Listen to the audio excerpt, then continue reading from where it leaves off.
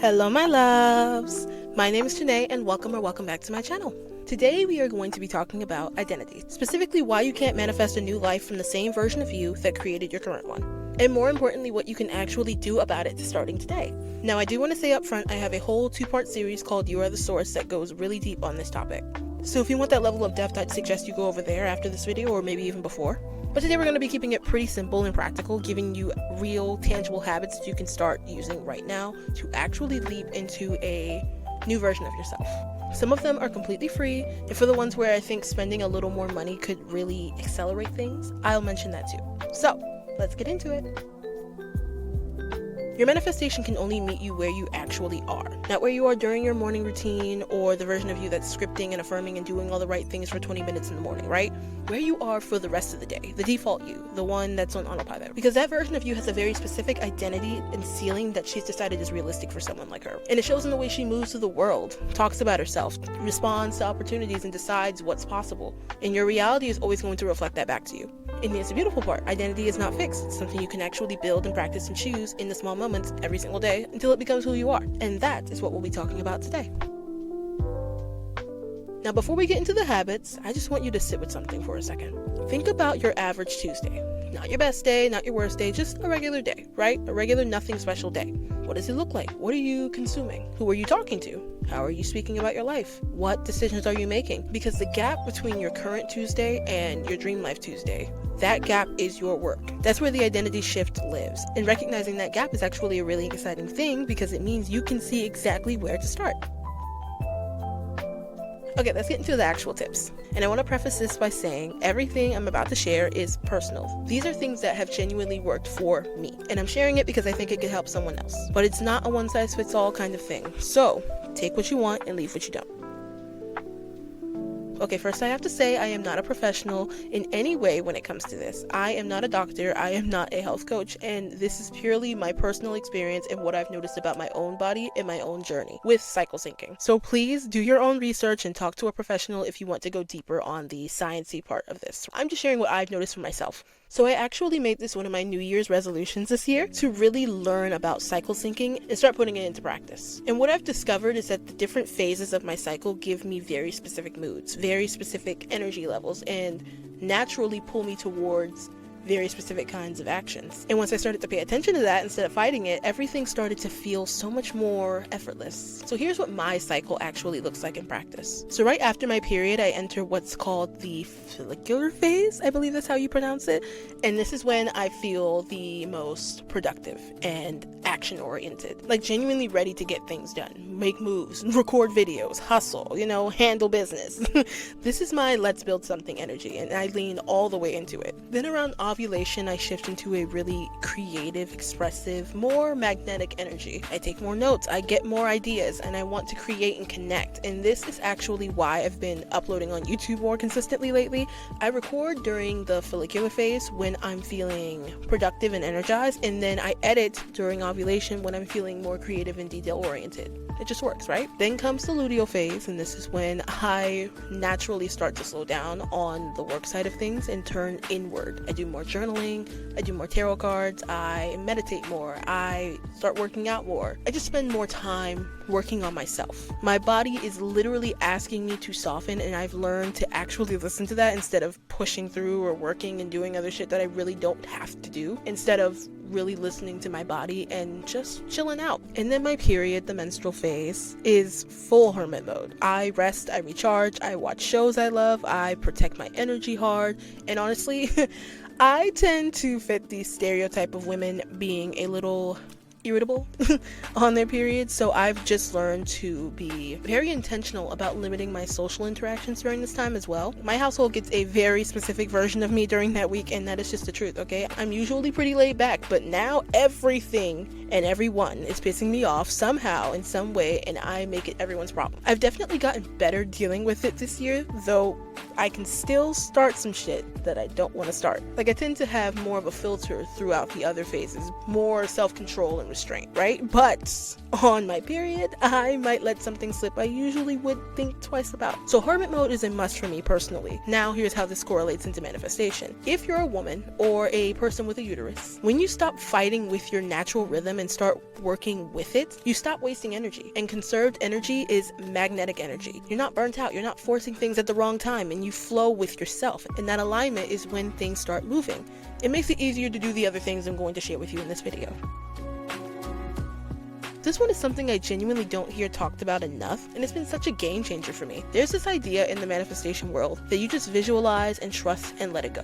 And yes, that is real and that matters. But there's another layer to that I think gets skipped over. For me, actively building toward my vision while simultaneously holding that vision in my mind creates this incredibly powerful feedback loop. Like, I'm not just sitting and imagining my dream business, I'm actually working on it. And while I'm working on it, I'm visualizing what it could become. The two things fuel each other in a way that feels more electric, right? For example, if I'm making a YouTube video or a course, while writing it out, I write it as if I'm talking to millions of people whose lives are changing every day, right? I find it more fun when I'm calculating my monthly expenses to my pretend sales amount, saying, oh, I made 20K this month. Maybe I'll shop and order some takeout twice this month, right? Checking my emails every day, like I have many coming in and I need to respond to, envisioning myself in my dream home, working in a place that I'm paying for with the money I make in my business, you know? So if you have a business or a creative project or anything you're building, don't separate the doing from the dreaming, right? Let them happen together. Visualize the end result and then take one inspired step toward it. This one might sound a little unhinged for some people, and I genuinely do not care because it works. I talk to myself, like a lot, and not in a reciting affirmations in the mirror kind of way or talking in my head, although I do that too. I mean genuinely having conversations with myself out loud, checking in with myself, asking myself questions, and actually sitting with the answers and responding out loud. There's a level of self-knowing that you can only access when you're really quiet and really honest with yourself in private. For me, this can also look like voice memos, long journal entries that are basically just me talking on paper, and yes, literal out loud conversations with myself when I'm alone. And probably still loud enough for my family to hear, but once you do it a couple times, you're really not going to care who hears you, especially if you're manifesting well while doing it.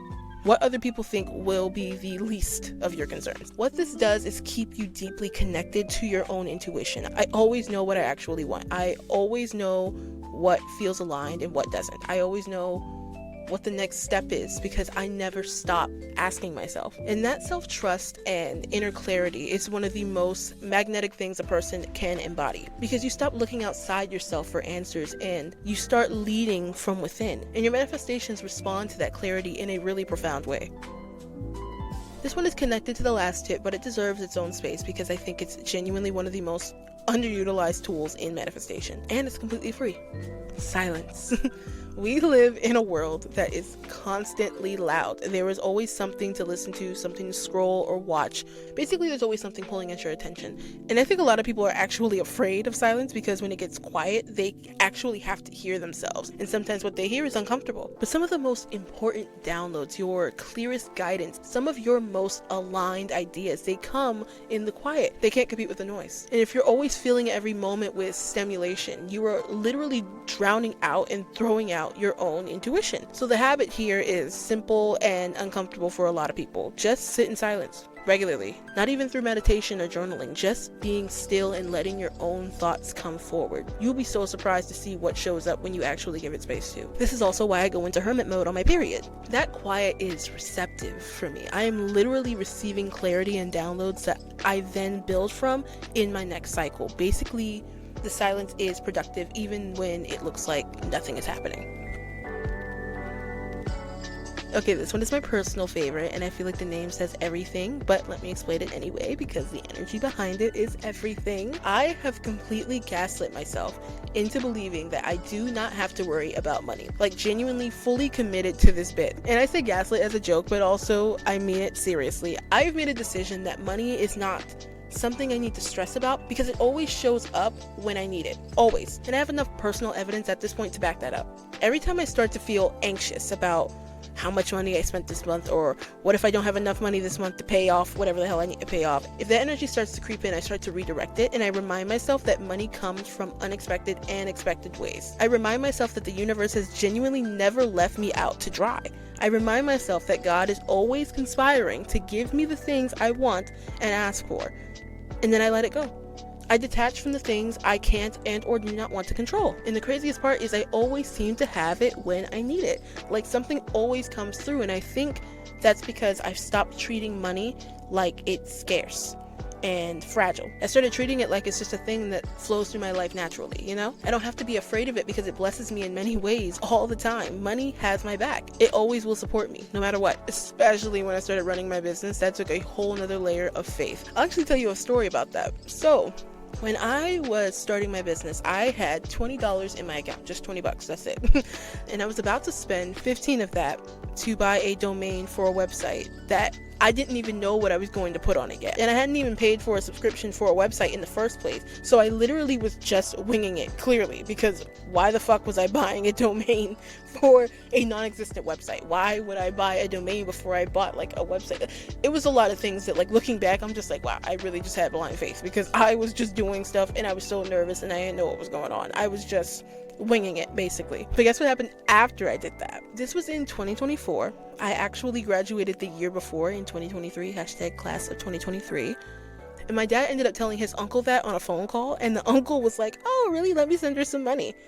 So he gave me like $100. An uncle that I've probably met once or twice in my entire life. I haven't seen him since maybe Christmas of 2019, and he's sending me $100 for a graduation that happened literally the year before, right when I needed it the most. The being paid to exist mindset is basically just, I am valuable simply by being here. My presence, my energy, my creativity, my ideas, all of it has value. I don't have to hustle myself into the ground to deserve abundance. I don't have to earn the right to be supported. I exist, and that is enough to be worthy of overflow. And when you genuinely start to embody that, the way you carry yourself changes. The way you make decisions and receive changes. Try it. Try gaslighting yourself into abundance. I'm serious. Maybe an uncle you met once or twice will send you some money for a graduation that happened years ago. Who knows?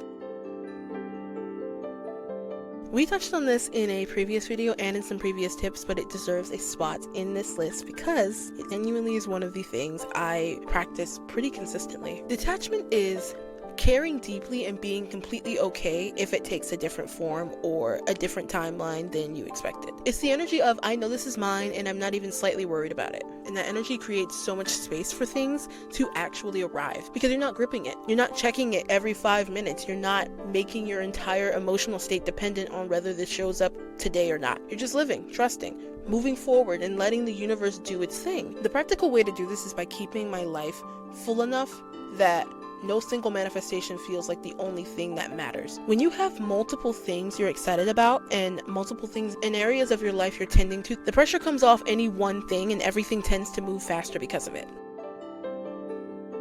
Okay, I love this one because it's so simple and it's so effective, and people genuinely underestimate the power of how you physically carry yourself. I love to strut. I love to strut around my house on my walking pad. Whenever I put on a playlist, it makes me feel like the most magnetic version of myself. And I know that might sound dumb, but energetically, your body and your mind are in constant conversation. The way you physically move sends signals to your brain about who you are. When you walk with that kind of energy, your brain starts to believe it. Your nervous system starts to calibrate around it. You start to feel like her before anything external has to change. It's embodiment in its most literal and accessible form. All you need is a good high vibrational playlist and some floor space. Go be her physically and watch how quickly your mind follows. But now, if you want to invest in this one, a walking pad is genuinely one of the best investments I've ever made, along with a standing desk. Being able to walk at home no matter the weather, while I listen to affirmations or music that matches my vision, has been such a consistent part of my routine. But truly, just walking around your room counts, or taking a walk in your neighborhood. Basically, the investment is in the intention, not the equipment. And the last one is something I think most people are already doing, but not in this way. I affirm intentionally, and I mean woven into the things I'm already doing. While I'm putting on lotion after a shower, while I'm drinking my morning tea, while I'm working out, while I'm washing my face. I turn those ordinary moments into affirmation moments. And what makes it powerful is the intention. I'm in my body, I'm present, saying things that are specific to what I'm calling in, and I'm letting myself actually believe them in that moment. The shower especially is one I swear by. There's something about water that just makes affirmations land differently. It's almost like it amplifies the energy. So I'll affirm while I wash my hair, while I stand under the water, while I moisturize. By the time I'm done getting ready, I've already spent like 15 to 20 minutes affirming without it feeling like a separate thing I have to do or to carve time out for, right? And that's the whole point. It makes it so woven into your life that it stops feeling like work.